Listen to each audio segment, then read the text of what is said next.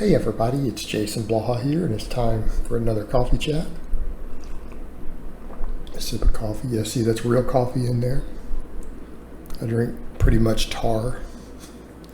Give you guys a forearm shot. So, here's the thing, guys. I took measurements myself. I was curious. No, I haven't put it up on camera yet, but I don't think they're unreasonable. I'll have people who say, wow, I'm surprised. I actually think it might be bigger than that. Given that I've been very straightforward with my height and weight. But the thing is, when I took legitimate measurements, I was kind of surprised because people have said, well, you know, your arms or your calves or whatever seem this size. And I've kind of just said, here's what I think they were based upon being around other guys who make certain claims. I haven't measured this stuff in a really long time. I have tapes and I had all that to measure stuff for clothing, but I didn't actually bother to do body parts because I didn't care. But I have them, and I'm like, let me actually see where everything is. Let me see where everything is.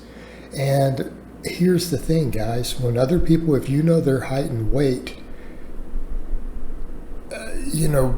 here, what we have to remember, the mass has to come from somewhere. So if you know their measurements and you look at it and go, well, where's the body weight? So in other words, if you have guys who are 30 pounds lighter than me claiming bigger numbers, where's the body weight? Do they have stick legs? Do you see what I'm saying here? Do they not have legs or something? Because you really have to question how honest people are being. So for those who are curious, I took my waist separately because my waistline gets bigger as I eat through the day, eat and drink water. So I did a waist first thing in the morning. My waist at its smallest point, the smallest point fasted in the morning is 34 inches. Now keep in mind that's going to grow through the day. Okay, 34. I'd like to get that down, but really I don't think it's going to come from the smallest point. It's going to come from the thicker spots. All right. That whole love handle area. So the smallest point was 34. My chest was 48. 48. Now keep in mind, none of this is pumped. This was just cold. All right, 48. My thighs were 27.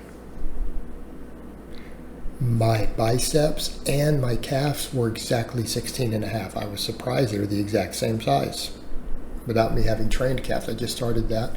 And then my forearms, even measured flexed, was 14 inches. 14.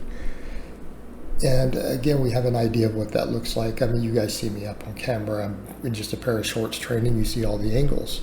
All right, that is at 5'9", and that's a legit 5'9", which, again, I've told you guys before, when you get around influencers, you start realizing people are lying about their heights. And I'll get to that in a second. This is one of the things I've noticed with arm measurements and stuff. Everyone lies. Everyone lies. I don't think people realize how big a true 18-inch arm is. And then, of course, I'm 215 pounds right now. So when you start seeing guys who claim similar lower body and they're like, well, I've got 18-inch arms and a 52-inch chest, but they're 190. Now, and they're fairly lean. Now, here's the thing we get to. That should be bigger than muscle pound per pound. See where we're going? So a lean person is going to be more compact at the same body weight. They're going to be smaller because weight has to go somewhere, right? That mass has to be somewhere. So unless they've got a really tiny, tiny waist, or really small legs, you've got to wonder where some of these upper body measurements are coming from. I don't think people are really measuring them. I don't think they're real. And I would base that upon just what I've observed in the industry. I mean, take someone really famous like Arnold. Arnold always had 22-inch arms. He claimed a certain thing over 6 foot. Yet people have pointed out over the years he's not like 6'2". He's probably not. He's closer to 5'11". That's what people have said. Experts who actually did measure his arms, someone who's written books, a guy I forgot who it was years ago, said, yeah, I mean, he worked for Weider, and then when he came in and measured everyone's measurements, like for the company, said Arnold's arms were 19 and a half. They weren't 22. So again, context. how big is a 19.5-inch arm then? Talking Arnold in his Olympia days. So guys are fronting about their stats, but they all do it with height. I mean, this is something I saw in my comments. Apparently, some guys were pointing out that guys show up all the time that women meet off dating apps, and they're usually 2 or 3 inches, sometimes more shorter than what they're claiming. Okay, we see the same thing with stats. Like when I went to Body Power, and I told people later, no, he's not. Like Jeff Side claims 6 foot. At the time, 200 pounds, 18-inch arms. He's the same height as me, and I'm 5'9". I think the only influencer I bumped into who was taller than me, the entire time at one of these, at an expo like that, the only one was Simeon Panda. Okay? Simeon Panda was the only guy I can think of I met who was actually taller as far as these influencers go. And again, this was whatever, 2014, 2013, a decade ago. Guys are fronting about their stats. They're fronting about their stats. So it's just interesting to note. Now, for me, seeing that as I get leaner, I think a goal for me would be to get the calves and the arms up to 17. I'd like to get there. And I think, if I could do that down at 200 pounds, I'll be in a good place, right? Again, with my arm genetics, I'll probably never be Armzilla. It's not going to happen. I'll have back for days. I'll have legs for days, But I'm going to work on it, right? I'll keep working on it. Taking arm training actually pretty seriously now. You guys are looking at what I'm doing in the vlogs.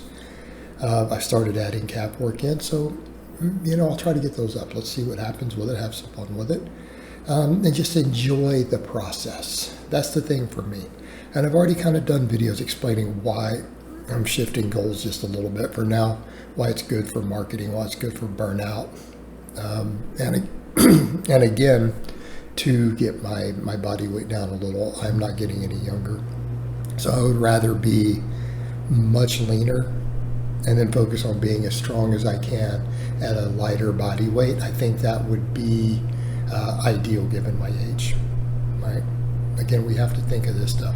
I'm about to be 47, right? I'm about to be 47. I want to outlive all these other YouTubers who passed. I want to be the last man standing.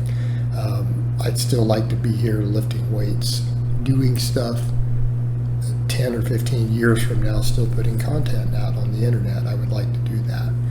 So stuff I've got to think about in the long term, right? You can't be walking around at even 220, 230. I said this a long time ago, and then I got caught up in the strength game a little bit and kind of bulked back up. But in retrospect, I really do think I need to do that. It's time, guys. It's time. But in the meantime, I might as well work on looking a little bit better. All right, guys, but that's really all I have to say on that today. I hope it's been informative, and I'll talk to you guys next time.